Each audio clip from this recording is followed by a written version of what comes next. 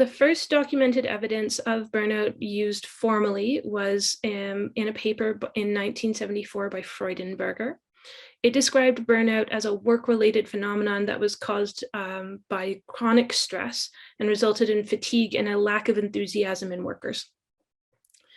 In medicine, this has been further explored by a group led by Christine Maslach, who published a study in 1986 that further refined the concept of burnout into 3 domains, namely depersonalization, emotional exhaustion, and lack of personal or perceived lack of personal accomplishment. This isn't exactly the same language used in legal literature, but there may be less direct research on these topics within the profession. These are the terms that I'm familiar with, and therefore I'm adapting them to use here. I still think that they're relevant. The original studies by Maslach did extend to professions outside of medicine, although not to lawyers specifically.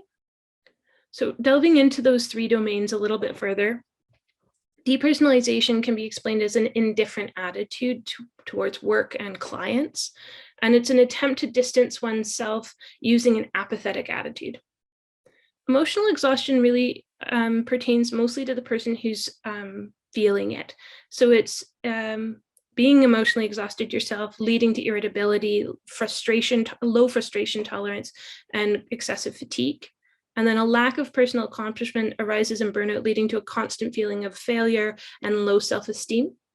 And the consequences of these I'll discuss later in the presentation. Burnout is very well researched, well understood, it's well kind of conceptualized, and there's many different inventories and scales that are used to measure it. Meme number 2.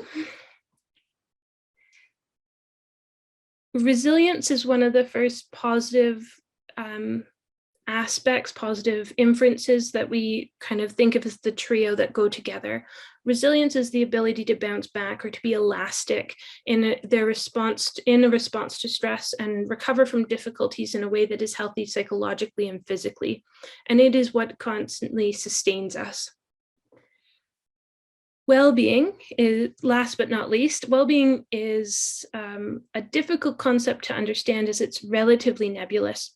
Unlike burnout, it's a relatively new topic of exploration and doesn't have universal domains or definitions.